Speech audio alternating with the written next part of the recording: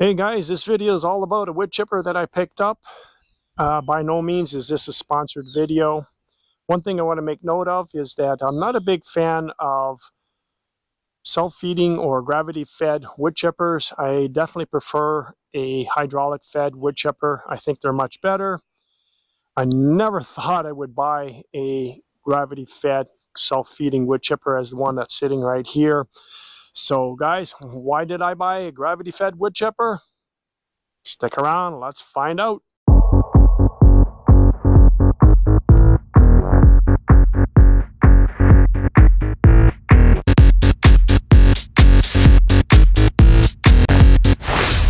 Well, first of all, guys, one thing I've got to do, I've got a couple areas to clear out. You can see in behind me, it's a lot of small stuff, tons of small stuff, and it's very hard to get in there to get it out. The more debris, if you come in a little bit closer here, you'll see. And you can see it's all small stuff that's got to be cleaned. I have to limb all the trees and stuff as well. This is one of two areas. It's going to take a bit of time, so I need to get in here and chip this all away. Now, one thing I normally do is I normally burn about 90% of what I cut, and I cut an awful lot. And reason for that is because you got stuff of all sizes and so on. And the one thing right now about burning is that you always need a window to burn in. You need the right weather. You need to drag all the stuff out to the right spot to get it all burnt. And it takes a lot of time to burn. You got to hang around while it's burning. And then you also have to extinguish the fire to make sure that it's not going to catch on to something after you've done your burn time. The other another 5% of the time, what I do is I haul the brush away. But because where I am here now and in the other location I'll show you in a minute, it's too far to drag it out and haul it away. I do have a location here on my property where I do dump it, and then the community here also has a location where I can dump stuff. It's a lot of work to drag it all out, load it up in the trailer, and haul it away. So this is partly why I need a wood chipper. Not specifically a gravity-fed one, but I need a wood chipper at this point right now. All right, guys, this is the other section that I've got to come in here to clear out. What I'm doing in here is I'm going to limb all the trees up to about 7-8 feet high. As you can see in here, it's pretty dense as well. There's no big trees coming down or anything like that. Now, the last 5% of the time, what I normally do is I get an industrial chipper. And in this case, it's too big to bring in here. And what I would have to do is chip stuff small like this. And it doesn't make any sense to use an industrial chipper for that kind of stuff. And then I'm going to be on and off in this area. And same thing with the other area that we just previously looked at. So it wouldn't make any sense to get a chipper, pick it up, come back, and bring it back and forth all the time. So it's the industrial chipper is not going to function for me in this case. So this brings us back to why did I buy this gravity-fed wood chipper? Well, let's talk about it while I unpack it. As I mentioned, I just received it, so let's get it opened up. Bought this one here is because of the price.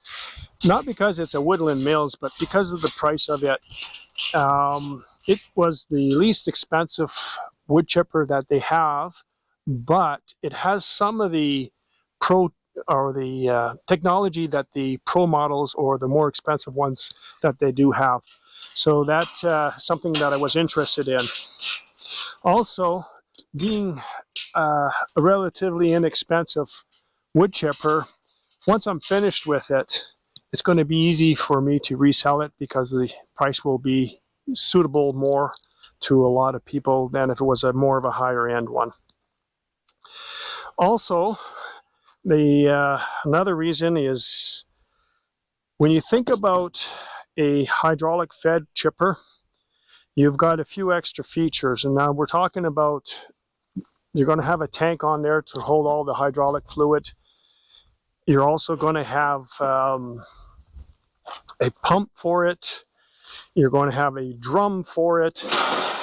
There's going to be some hoses, and the list goes on. And what that means is more maintenance and perhaps more cost on the long run if something, once it's out of the warranty period, if something is wrong with it.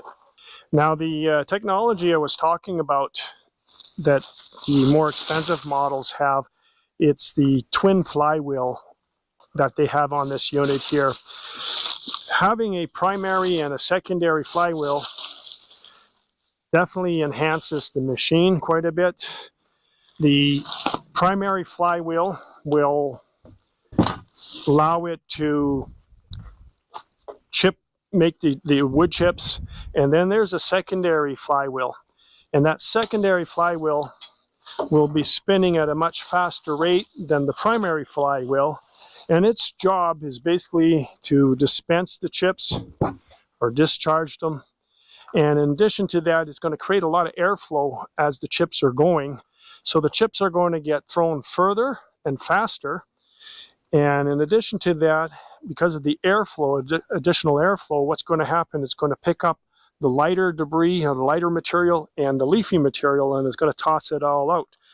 Now on theirs or any other standard one that doesn't have the dual flywheel, you won't get that same effect. So you'll probably end up with getting a lot more clogging inside where the flywheel is at the bottom.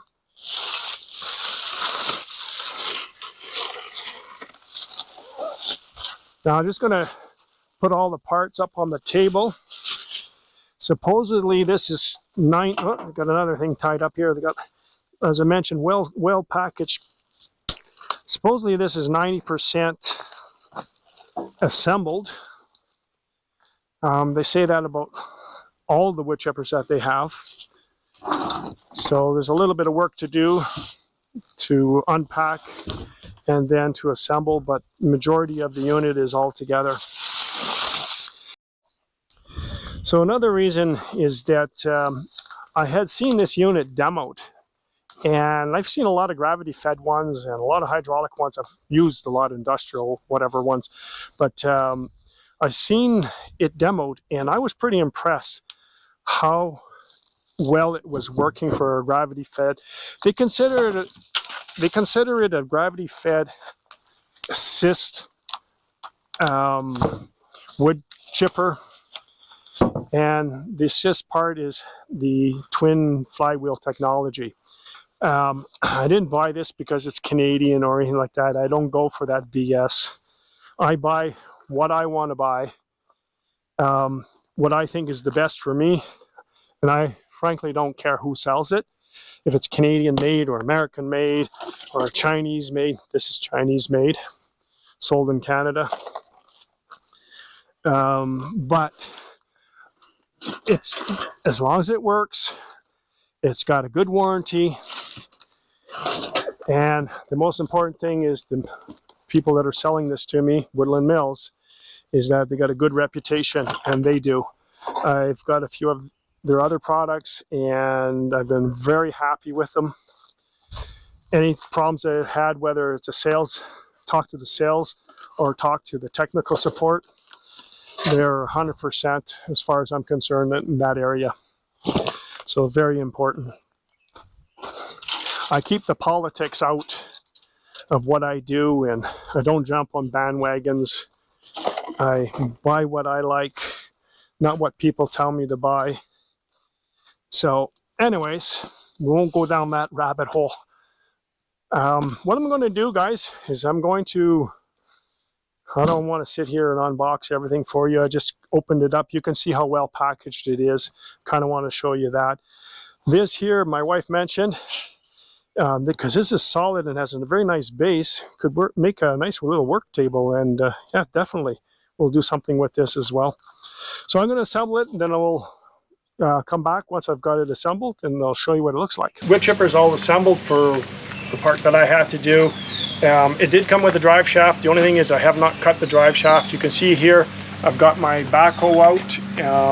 I still need the backhoe for a couple of days, so I'm not going to cut the drive shaft today. It'll be another day. Along with the drive shaft, I've got some spare shear bolts that came with it. Now, what did I have to assemble? Not very much. You can see down here on the bar for the lift, for the 3-point, it came with a standard pin on each side, and I replaced it with a quick attach pins that did come with the unit. So I have the quick attach pins in place because I have a quick attach on my tractor. One other thing that I had to do is I had to install this output chute, and there's a bracket on this side here on the top, a bracket on here, and the 2 handles, and that's all I had to do is just mount this on top and then tighten it up. On the back side here for the deflector, I've got the handle. I just have to install the handle only. Now the input chute, what I had to do here was I had to put the 4 sides together. As you can see, I've got it all bolted up, and then there's this metal edge, 3/4 edge that goes all around the outside. This gives stability and strength. In addition to that, it also allows for your material as you're putting it in to glide over because it's a rounded edge. Installed that inside. You can see here it has a safety curtain. I installed this. There's just 1 bolt here and 1 bolt there. And then if we come around to the back side here, I had to install a couple bolts here and this bracket. This is allowing the, I'll show you here actually. It allows it to open up, move the chute. Just have to unlock it on my side here. So it allows you to move it out of the way to get in at the blades. Some other reasons why I bought this gravity-fed PTO wood chipper, and the very first one is that the overall size of it, it's fairly compact, length and width, so as far as storing it, it's not going to be too much of an issue because storage here is at a premium. I don't have a lot of storage space anymore. In addition to the size of it, the overall weight of it is really good. It's only 346 pounds, so I'll be able to manipulate it quite easily. Another reason why I chose this one here is the horsepower range at the PTO. The recommended horsepower range for this is between 12 and 30 horsepower. My tractor comes in at 20. So of all the wood chippers that I've seen, this one best suits my horsepower at the PTO. Another thing about when I purchased this is the little bit of savings that I got from it by getting free shipping, and it was discounted a little bit, so that helped out as well. One other thing too is that it will handle up to 5-inch diameter material, and that's more than sufficient. I don't think I'll be chipping anything anywhere that large anyways. I think I'll be going maybe up to 4 at the most.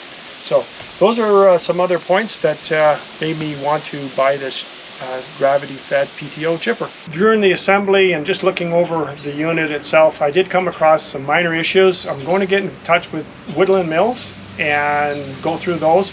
I'll bring that up on my next video. In addition to that, I will also do a little bit of a demo of how the unit is working and give a little feedback on how I feel about buying a gravity-fed wood chipper when I'm not a big fan of them. So I'm hoping it is going to do as good as what I had seen it do, and we'll find out next week. So anyways guys, I hope you enjoyed the video. If you have, please give it a thumbs up. Once again, thanks for watching, and we'll see you next time on Gellin' Outdoors.